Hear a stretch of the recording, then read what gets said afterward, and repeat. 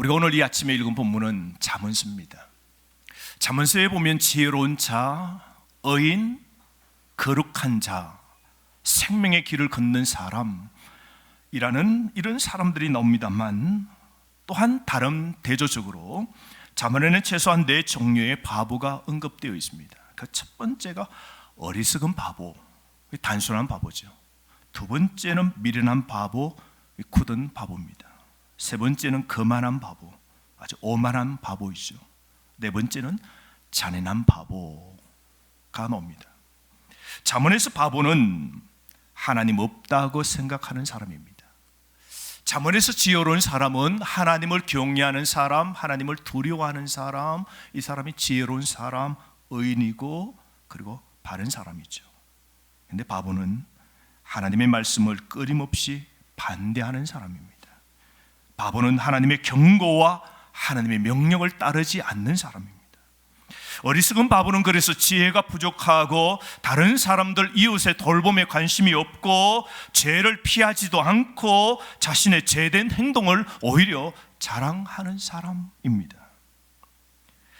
잠언, 즉 성경이 지혜라고 부르는 것이 세상이 말하는 지혜예요. 이것과는 너무 다릅니다. 그래서 성경의 지혜는 이 세상에 사람의 높은 그 IQ, 상식, 세상의 나름대로 전문, 그 지식, 배웠던 모든 것을 다 포함합니다만, 성경의 지혜, 성경적 지혜는 창조주 하나님, 전능하신 주 하나님으로부터 오는 겁니다. 그것이 바로 성경이 말하는 지혜이죠. 그래서 여러분, 성경의 지혜는 세상의 이 지성, 세상의 지혜와는 다릅니다. 보십시오. 인간의 지성은 육체적으로 생명을 구할 수 있지만 그러나 영혼은 구할 수 없는 것이죠. 의사가 되려면 많은 공부를 해야 됩니다. 세상에 최첨단의 과학도 동원해야 되죠. 그죠? 요즘은 뭐 수술이 손재주가 있는 게 아니라 로봇, 그 손에 재주가 있는 것이죠. 그러면 로봇을 다룰 수 있는 의사들은 다 그걸 또 다른 시간을 내어서 그걸 다 배워야 돼요. 로봇 의술에 그걸 다루기 위해서 학문이 끊임없이 의사들은 배웁니다. 그래서 죽어가는 육체 생명을 살려놓는 것이죠. 그런데 말이죠, 의사는 영혼을 살릴 수는 없는 겁니다. 인간의 지성은 세상에 아이를 낳는 데 도움을 줄 수 있지만 영이 다시 태어나게 할 수는 없는 것이죠. 인간의 지성은 달과 태양계의 일부 행성에 도달할 수 있지만 하늘, 천국에 도달할 수는 없는 것이죠. 인간의 지성은, 이 사람의 지식은, 지혜는 자연과 우주 세계의 방대한 것을 볼 수 있게 하지만 그러나 모든 것을 초자연적으로 볼 수 있는 문을 열 수는 없는 겁니다. 이처럼 우리 삶의 어느 시점에서 이 인간의 지성과 세상의 지혜는 한계가 있는 겁니다. 아무리 똑똑한 사람, 많이 배운 사람, 건강한 사람일지라도 막히는 때가 있죠. 못 푸는 문제를 만납니다. 자기의 생명도 하루를 건사할 수 없는 겁니다. 오늘 우리가 살고 있는 세계를 한번 보십시오. 오늘날 이 세계는 수천 년의 세월이 지났습니다. 그 수천 년 세월의 지식과 인간의 그 과학과 인간의 그 모든 학문들이 오늘 21세기는 모든 것이 집약되어 있습니다. 수천 년의 그 인간의 지식, 지성이 오늘 축약되어 있습니다. 그래서 최고의 지성과 최첨단 과학 만능 시대에 살고 있지만 인간은 여전히 엉망이지 않습니까? 오늘날 뉴스를 보십시오.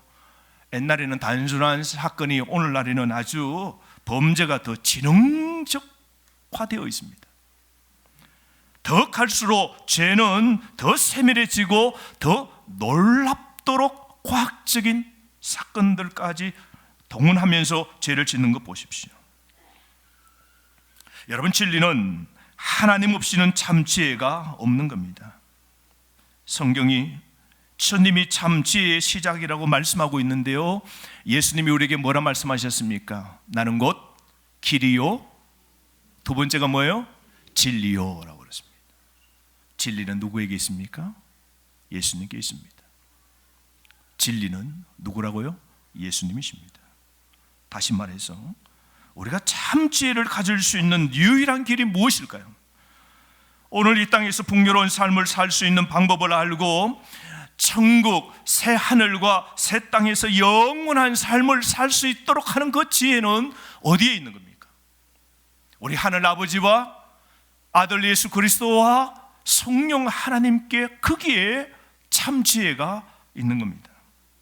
그러므로 여러분, 하나님께로부터 오는 이 참 지혜는 학교나 도서관이나 또한 시대의 위대한 성생이나 교수나 철학자들이 아닌 오직 하나님, 즉 성경의 하나님으로부터 얻을 수 있는 겁니다. 참 지혜를 얻는 가장 좋은 방법이 무엇일까요? 오늘 저와 여러분, 우리가 우둔하게, 미련하게, 어리석게 후회되는 삶을 살지 않는 방법이 무엇일까요? 그것은 참 지혜를 얻는 가장 좋은 방법 중에 하나는 하나님의 말씀에 우리 자신을 담그는 겁니다. 하나님의 말씀에, 이 성경의 말씀에 풍덩 빠지는 겁니다. 그래서 기록된 말씀, 진리죠. 우리 하나님과 예수님께서 주신 말씀이죠. 이 지혜, 이 말씀을 읽고 듣고 보고 묵상하는 겁니다.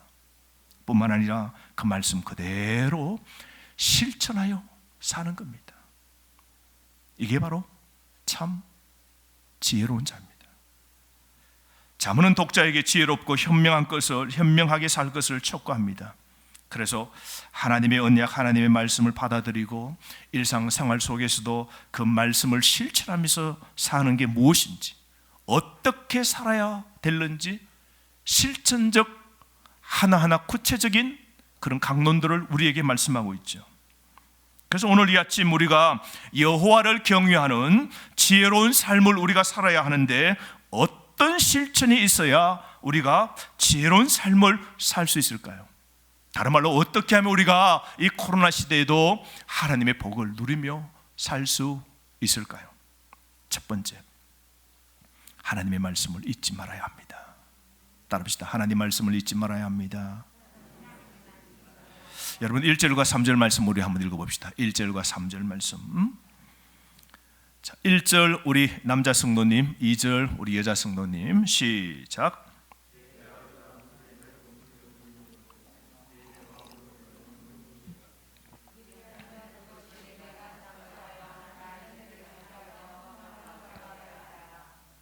3절 말씀 시작.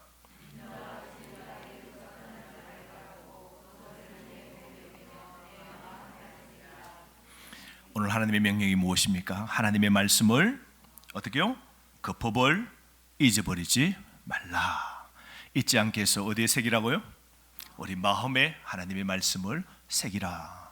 이게 지혜로운 삶을 사는 비결이랍니다. 여러분, 우리가 하나님 말씀을 잊어버리지 말고 기억하며 살라고 하나님이 명령하십니다. 여러분, 기억하지 않고 망각하면요, 고의로 무시하면 여러분 안 됩니다. 말씀을 망각하지 말고 어떻게 해야 된다고요? 기억해야 됩니다. 그런데 우리 사람은 어때요? 잘 잊어버리죠. 망각합니다. 그리스 나라에 가면 소도시 리바디아에 가면 샘이 있답니다. 그 샘이 있는데 신화에 따르면 그 오른쪽에 있는 그 모네모시메라는 것은 기억의 샘물이랍니다. 오른쪽에 있는 샘물은 기억의 샘물인데요, 왼쪽에 있는 샘물은 망각의 샘물이라고 합니다. 그래서 기억과 망각의 이 샘물에서 물이 쭉 흘러서 이 물이 서로 합하여서 쭉 내려가 강이 되는데, 그 강을 라이프라고 그래요. 라이프. 그게 인생이랍니다. 인생은 뭐냐? 기억과 망각이랍니다. 이 히랍 신화가 인간의 삶을 수많은 기억과 망각으로 이루어져 있음을 시사하고 있는 것이죠. 오늘 수많은 사람들은 끊임없이 실수하고 하나님의 영광에 이르지 못하는 죄를 짓습니다. 여러분, 우리가 산 만큼 인생을 정말 진정하게 깨끗한 거울 앞에 우리의 일생 살아온 걸 쭉 한번 우리가 기억해 보면요, 여러분, 부끄러워서, 과거의 그 사건이 너무 부끄러워서 그냥 막 치우고 싶고 덮어버리고 싶고 얼굴이 화끈화끈 달아오르는 사건들이 있지 않습니까? 그래서 우리는 어떻게 해요? 그래서 어떤 거는 과거의 그 죄책감과 후회되는 그 사건, 그 일을 어떻게 해요? 잊어버리려고, 어떤 사람은 술을 먹고 그걸 잊어버리려고 그럽니다. 그래서 살려고, 사람들은 그래서 살려고 뭘 해요? 이 망각의 물을 먹고, 이 히랍신화처럼 망각의 물을 먹고, 사람은 뭐요? 과거의 그 죄책감과 그 잘못된 걸 어떻게 해요? 다 잊어버립니다. 잊어야 사는 거죠. 늘 과거의 그 나쁜 것을 계속해서 생각한다면 오늘 괴로움 속에서 하나도 벗어나지 못하죠. 그래서 우리 인간은 망각이라는 장치가 있어서 그 과거의 죄책감과 후회된 모든 것을 어떻게 해요? 기억에서 망각으로 지워버리고 오늘 살고 있는 겁니다. 그런데 여러분, 하지만 우리가 절대로 잊지 말아야 될 게 있습니다. 망각하지 말아야 될 게 있습니다. 그것은 하나님의 말씀입니다. 하나님에 대해서 망각하는 게 아니라 기억하는 게 잘 사는 법이라고 오늘 하나님이 우리에게 말씀하십니다. 오늘 잠언은 그래서 이 말씀을 계속해서 우리에게 강조합니다. 여호와의 말씀을 기억하라. 그 하나님의 말씀을 마음속에 새기라 말씀하고 있죠. 하나님을 잊지 말라고 말하는 경고는 오래전에도 이스라엘 백성들에게 하나님이 신신당부하셨죠. 신명기 6장 12절 말씀, 너는 조심하여 너를 애굽 땅 종되었던 집에서 인도하여 내신 여호와를 잊어버리지 말라. 여호와를 잊어버리지 말라. 나를 잊어버리지 말라. 그런데 이스라엘 백성들은 어떻게 해요? 하나님을 잊어버리죠. 구약 성경을 보면 이스라엘 백성들의 특징이 있습니다. 이스라엘 백성들의 특징은 건망증을 가진 백성들이었습니다. 그 건망증 때문에 이스라엘 백성들은 하나님을 잊어버리고 말씀을 잊어버리고 그래서 죄를 짓고 하나님의 심판을 받았지 않습니까? 그래서 이스라엘의 역사는 보면 여러분 전쟁의 역사입니다. 늘 이웃들이 쳐들어오고 어려운 일을 당하는데요. 그 이유가 뭐냐면 이스라엘 백성이 하나님 말씀을 망각했기 때문입니다. 하나님 말씀을 잊었기 때문입니다. 말씀에 명한 대로 말씀을 지키는 삶을 잊어버렸기 때문입니다.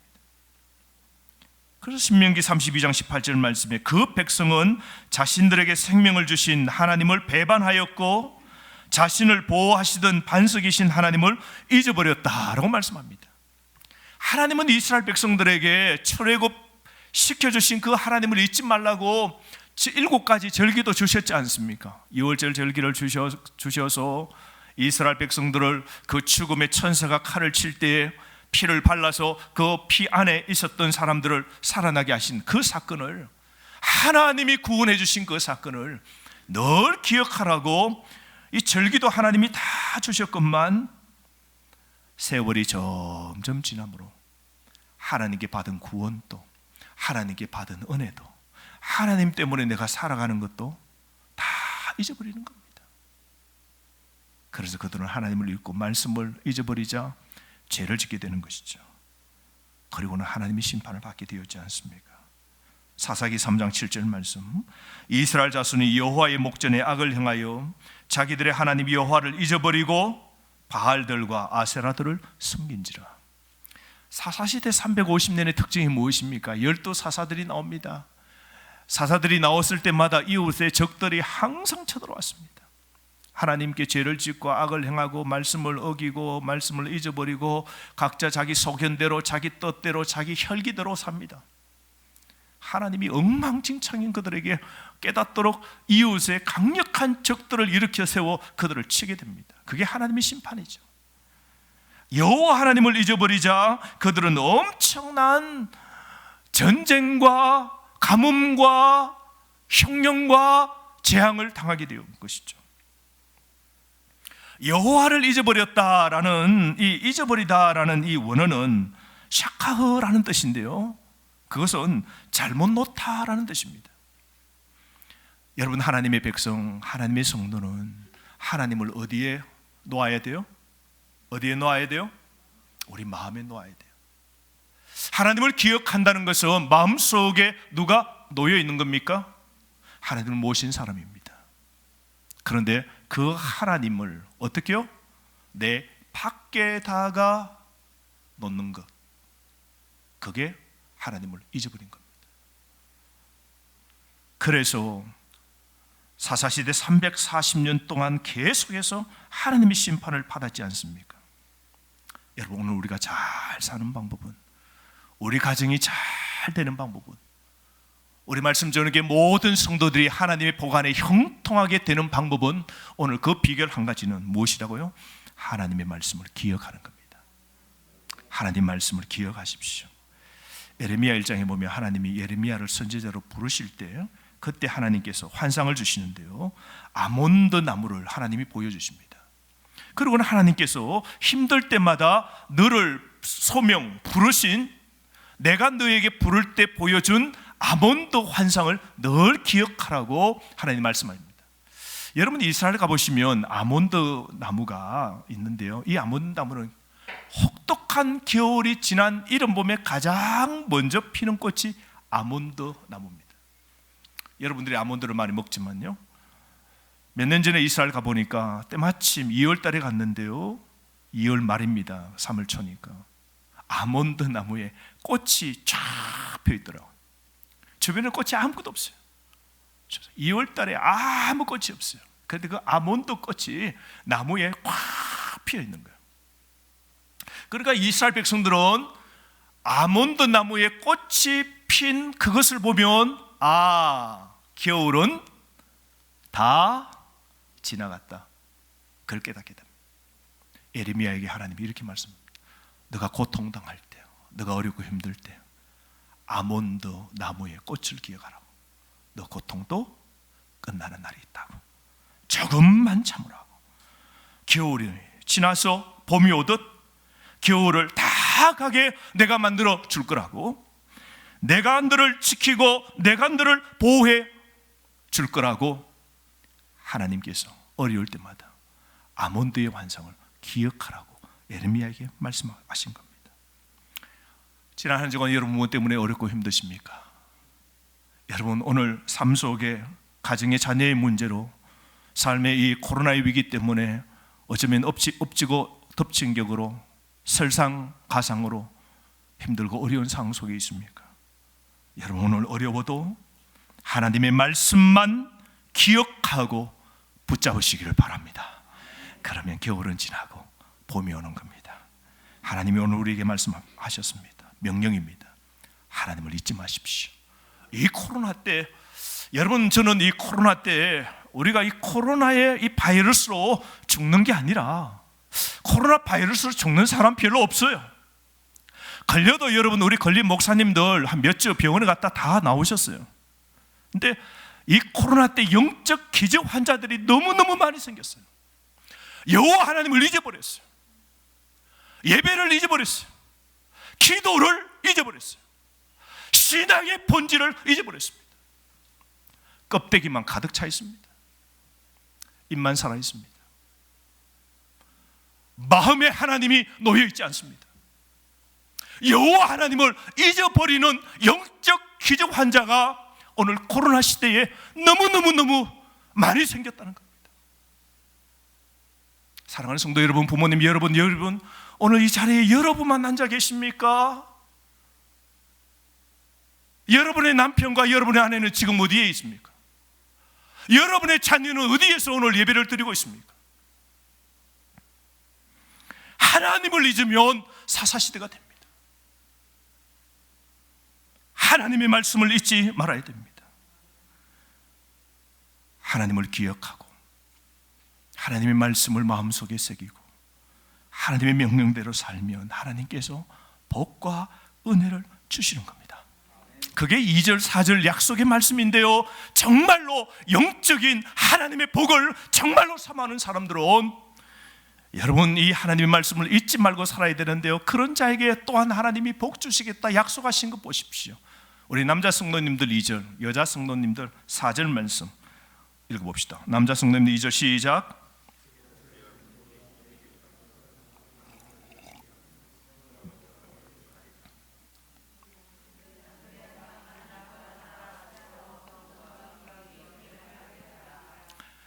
이 절과 4절 여러분 줄 꺼놓으시고 이게 여러분의 복 되기를 바랍니다. 여러분, 강명 생수의 강이 흘러 넘치듯 이 하나님의 복이 여러분 복 되기를 바랍니다. 장수하여서 많은 긴 해를 살게 되고 평강이 우리 속에 더해지고, 평강이, 여러분 사람 마음속에 아무리 물질 있고 건강해도요, 마음의 평강이 없으면 그거는 죽은 인생입니다. 우울해지고 절망이고 늘 고독이고 그러면, 근데 하나님 뭐예요? 평강을 주신대요. 샬롬의 은혜를 주십니다. 하나님과 사람 앞에서 은총과 기중하게 존경받는 삶을 주신답니다. 이 복이 여러분 복 되기를 주의 이름으로 축원합니다. 두 번째로, 우리가 하나님을 경외하고 하나님을 두려워하는 이 지혜, 우리가 어떤 삶을 살아야 될까요? 따라합시다. 여호와를 신뢰해야 합니다. 여러분, 범사에 하나님을 신뢰하는 것, 하나님을 의지하는 삶, 여러분 그렇게 사셔야 됩니다. 우리가 이 세상에 살다 보면 신뢰하는 게 쉽지 않죠. 여러분, 누구를 신뢰한다는 건 어렵죠. 왜냐하면 우리 사람들은 배반을 당하기 쉽잖아요. 믿었던 사람에게 배반당하고, 우리가 살아오면서 사람 때문에 가슴 아파하는 일들이 많죠. 더욱이 믿지 못하는 사람이 뭐 그렇게 사는 건 괜찮아요. 믿었던 사람이 배반하고 돌아서는 것, 우리가 그런 일을 당하면 우리 마음속에는 누구를 신뢰한다는 것이 사라지게 됩니다. 우리 인간의 마음은 누굴 속이고 속임당하고 말과 행동이 다르죠. 있을 때 말하는 것과 없을 때 말하는 게 다릅니다. 그러므로 우리는 신뢰가 오늘 이 세상 속에서 무너져가고 신뢰를 잃어버린 고통을 당함으로 우리는 누굴 신뢰한다는 게 참 어렵습니다. 우리는 우리 자신을 때로는 많이 신뢰합니다. 내 자신을 어떤 사람은 나만 믿고 살래. 난 누구 다 믿는데 난 나만 믿고 살래. 그런데 여러분, 나도 내 자신에게 속는 경우 신뢰 대상이 안 되는 것 있지 않습니까? 오늘 바르게 산다 결심했는데 내일 어때요? 말씀 떠납니다. 내가 오늘 이 일 하겠다 했어요. 그런데 내일은요, 게을러서 일하지 않습니다.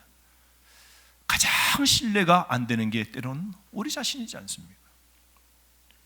미국의 한 목사님이 이런 말씀을 했습니다. 자신을 한번 믿어보세요. 여러분 자신을 한번 믿어보세요. 당신은 내일이면 실망할 겁니다. 여러분은 대신 또 친구를 한번 믿어보세요. 그러면 그 친구가 죽거나 그 친구가 여러분을 떠날 겁니다. 한마디로 세상에 믿을 친구, 신뢰할 친구 없다는 겁니다. 명성을 신뢰하세요. 여러분의 명성도 한번 신뢰해 보세요. 여러분의 그 갖춰놓은 명성을 한번 찾아보세요. 언젠가는 여러분의 그 명성이 다른 사람이 여러분의 흠집 잘못을 보고 비방하는 순간 여러분이 쌓아놓았던 명성이 날아가 버릴 겁니다. 그렇지 않습니까? 요즘 보면 뛰어난 사람, 명성으로 올라갔던 사람들, 한순간에 국회의원이나 고위에 있는 사람들을 보십시오. 그들의 비리가 드러나는 순간, 한순간 모든 명성이 물거품처럼 안개처럼 사라져버리는 거 보십시오. 그러면서 이 사람이 이런 말을 했습니다. 그러나 하나님을 신뢰하십시오. 그러면 오늘이나 내일이나 미래나 영원히 흔들리지 않고 영원히 여러분은 천국에서 사실 겁니다. 여러분 하나님만 신뢰하시기 바랍니다. 그러면 하나님이 여러분의 인생길을 인도하실 뿐만 아니라 수많은 약속의 복을 우리에게 주시는 겁니다. 그게 5절부터 8절까지 말씀인데요, 우리 생각하시면서 5절부터 8절까지 한번 마음에 와닿는 곳은 성경에 줄을 그으시면서 읽도록 하겠습니다. 너는 마음을 다하여 여호와를 신뢰하고 내 명철을 의지하지 말라.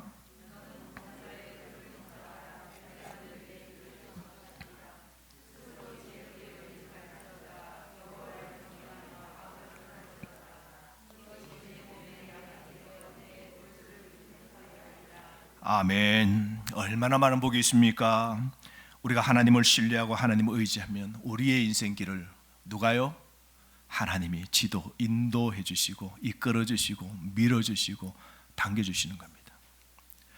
지난 주간에 우리 목회자 부부와 함께 우리 기독교 역사지 주변에 있는 곳을 탐방을 했습니다.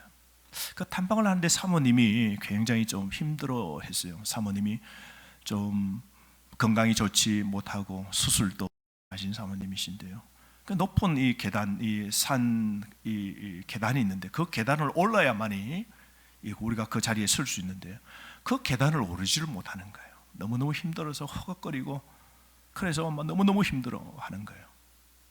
그래서 모두가 막 힘들어하는데 그 뒤에서 누군가 사모님이 밀어줬습니다. 이렇게 사모님 힘내십시오 하고 밀어서 이렇게 올려줬어요. 이렇게 딱 밀어줬어요. 뒤에서 뭐 밀어줘봤자 뭐 얼마를 밀어줬겠어요. 그 산에서 꼭대기가 바로 정상 거의 왔을 때인데, 근데 막 밀어줬어요.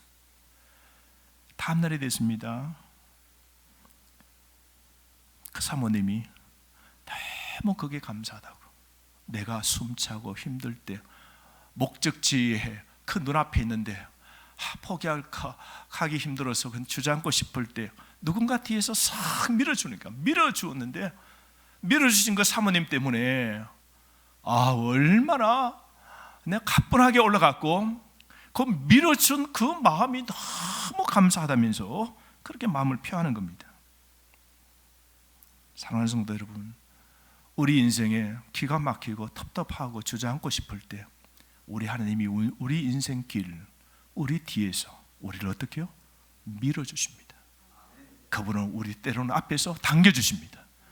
우리가 길을 방황할 때는 그분이 우리 앞에 나서서 우리 인생 길을 바르게, 이 좌정표를 정하여서 바르게 갈 수 있도록 우리를 이끌어 주신다 약속하셨습니다. 8절 말씀에 우리 몸에 양약이 되고 우리 골수를 윤택하게 해주시고 하나님이 우리를 보호해 주신다는 것이죠. 여러분, 우리가 하나님을 사랑한다는 것은요, 틀림없습니다. 하나님을 사랑하는 사람의 특징은 하나님하고 가까이 하는 사람입니다. 여러분, 하나님을 사랑하는 사람은요, 하나님 말씀을 가까이 하는 사람입니다. 하나님을 진짜로 사랑하는 사람은요, 예배를 온전하게 드립니다. 우리가 하나님을 더 많이 믿을수록 그분을 전심으로 신뢰하기가 더 쉬워지게 되는 것이죠.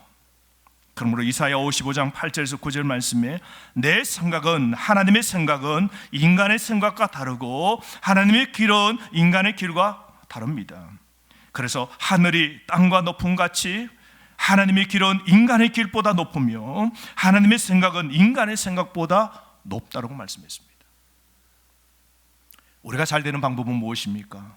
여호와 하나님을 신뢰하는 겁니다. 여러분, 무엇을 하든지 하나님을 신뢰하십시오.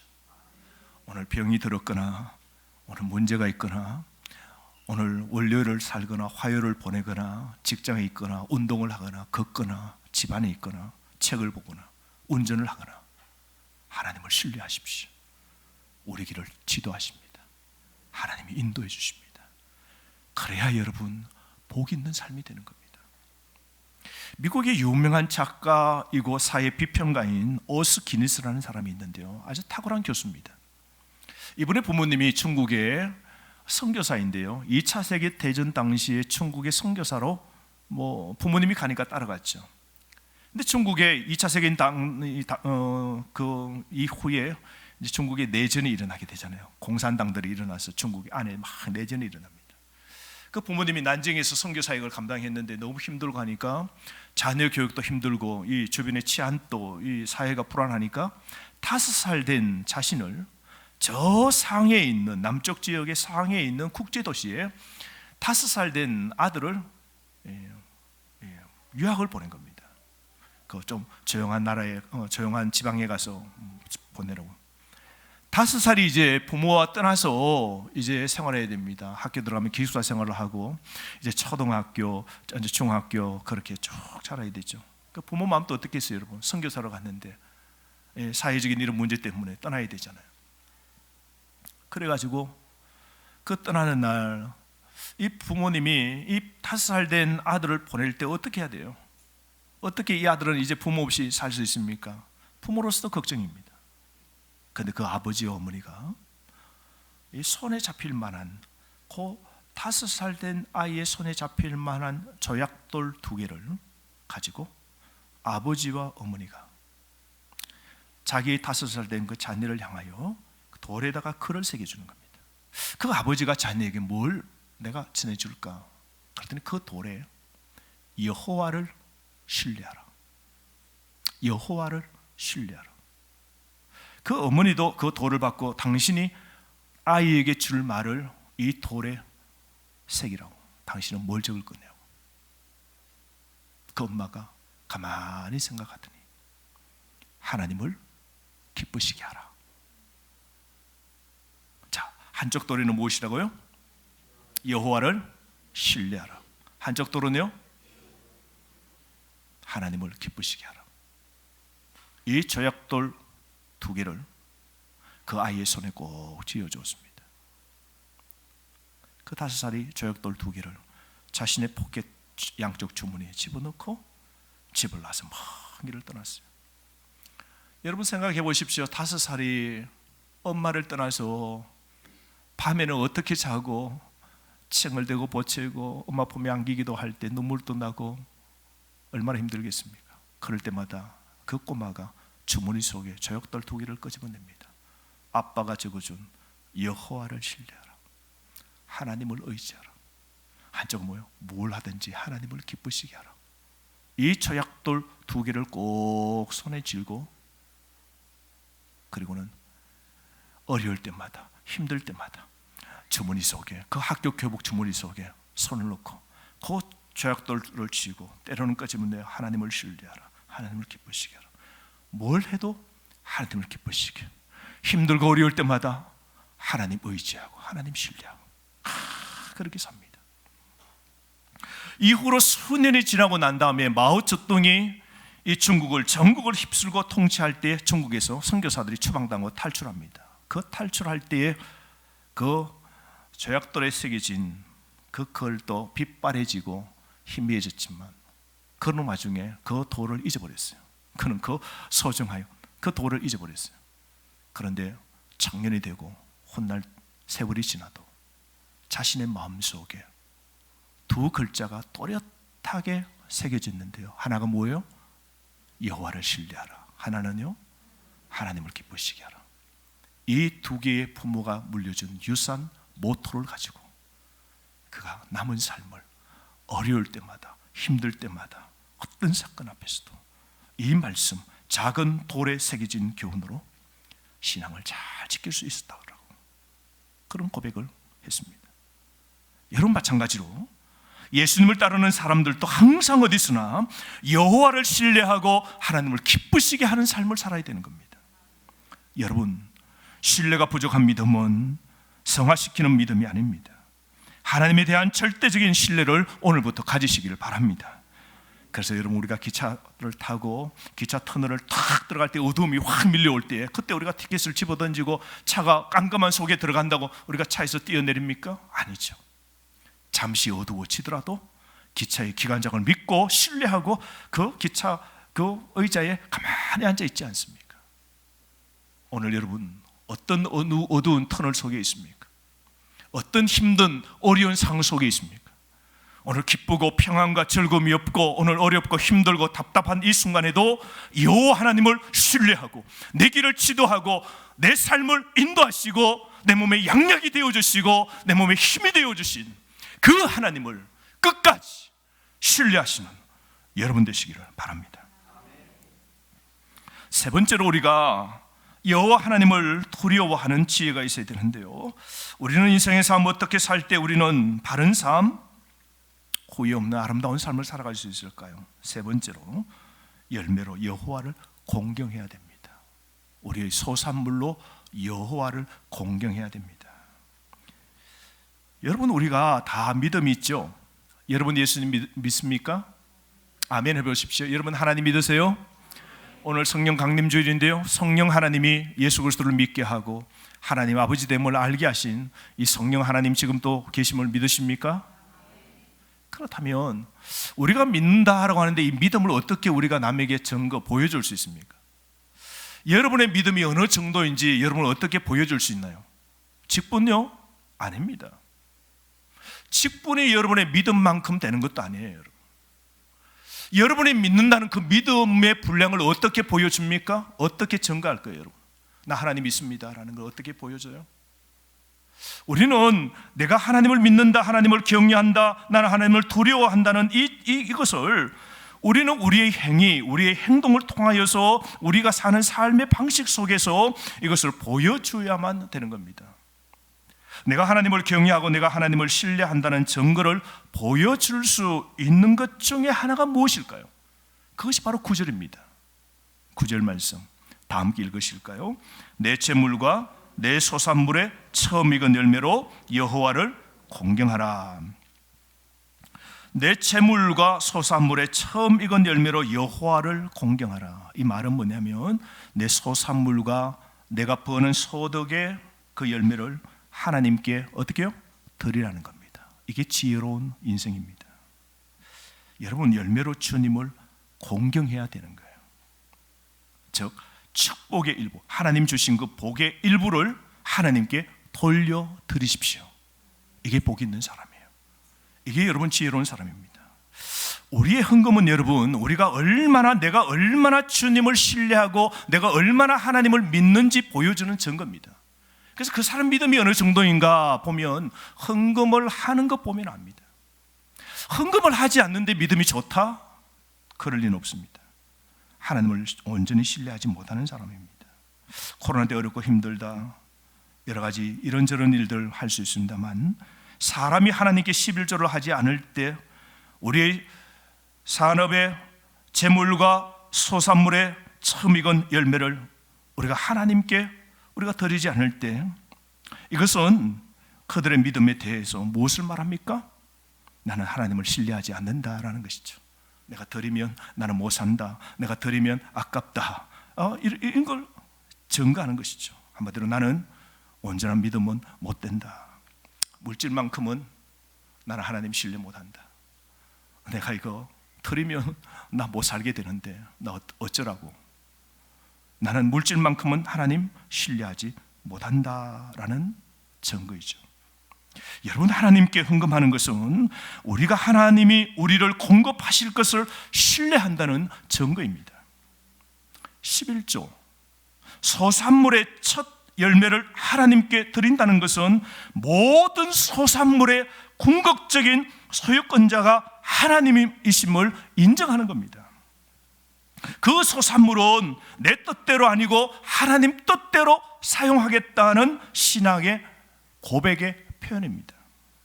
그래서 우리의 재물로, 소산물로, 즉 헌금으로 하나님을 공경해야 됩니다. 그래야 여러분 온전한 복을 받습니다. 11조 헌금 생활에 대해서 우리가 많은 생각을 할 수 있는데요, 11조는 율법주의가 아니라 마음 상태에 가는 겁니다. 내 믿음의 상태에 가는 겁니다.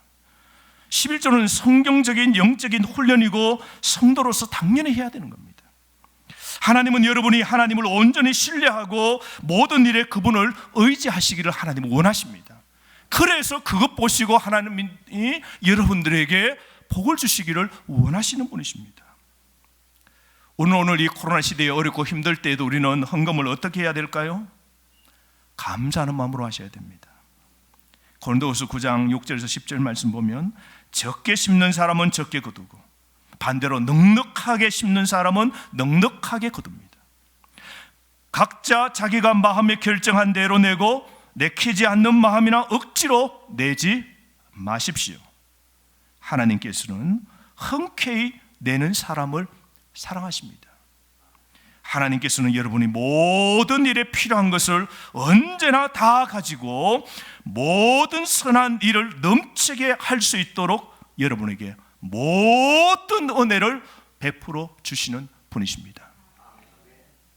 하나님께서 여러분이 누리는 모든 것을 다 주셨기 때문에 우리는 반드시 헌금으로 응답해야 됩니다. 그러면 여러분, 버는 소득, 하나님이 주신 소득에서 11조를 줄이기 위해서 여러분의 드리는 헌금을 여러분 빼지 마십시오. 도둑질입니다. 안 됩니다. 복을 받는 영적 비결은요, 여기입니다.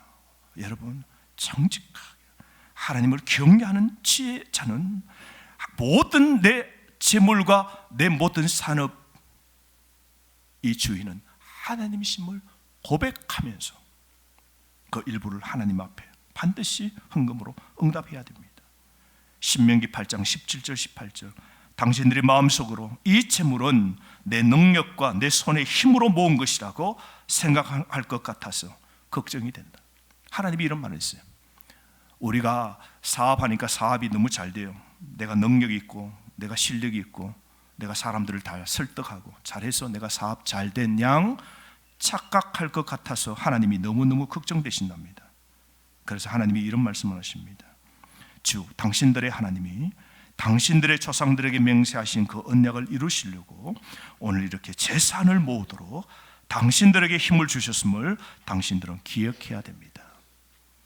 나에게 이 재물을 모으도록 잘되게 하시고 부를 주시고 오늘 생명을 주시고 오늘 한 달의 월급을 오늘 내 손에 쥐을 수 있도록 해주신 분이 누구라고요? 하나님이심을, 하나님이 힘 주셨음을 우리가 꼭 기억해야 됩니다. 여러분, 우리는 청직입니다. 재물은 하나님이 주신 건데 하나님의 것입니다. 우리는 단지 일정 기간 동안 우리가 살아있는 동안 하나님의 그 주신 재산을 잠시 위탁해서 관리할 뿐입니다. 그건 내 거 아닙니다. 하나님이 모든 소유를 가지고 계시기 때문에 현실은 우리가 모두가 많은 것을 소유하고 있지만 내가 가진 이 재물이 다 내 것 같지만 아무것도 소유하지 않는 것입니다. 왜냐하면 하나님은 내 모든 것을 하나님이 소유하고 계시기 때문입니다. 그래서 하나님께 드리는 것은 하나님에 대한 믿음이 얼마나 큰지 보여주는 겁니다. 여러분, 우리는 청직입니다. 꼭 기억하십시오. 잘 되게 하셨을 때는 하나님께서 여러분들이 잘 되게 하신 목적이 있어요. 여러분이 잘 살고 잘 먹고 더 넓히고 더 쌓고 저축하고 그렇게 하라고 주신 거 아니에요. 주님의 나라와 주님의 의와 교회를 위하여 이웃을 위하여 주님이 주신 겁니다. 어느 날 주신 복이 다 내 거라 생각해요. 내가 노력해서 내가 거뒀대요. 운이 좋아서 거뒀답니다. 코로나 때 위기가 기회가 되어서 남들은 이럴 때 나는 모았다 그래요. 얼마나 어리석은 부자입니까? 하나님께 드린 것은 하나님에 대한 믿음이 얼마나 큰지 보여주는 겁니다. 모든 것이 하나님의 소유임을 고백하는 실제적 표현은 하나님께 드리는 겁니다. 여러분, 우리가 하나님을 공경하는 표현이 무엇일까요? 하나님께 물질을 드리는 겁니다. 첫 열매로 여호와를 공경하라 라는 이 지혜의 말씀을 기억하십시오.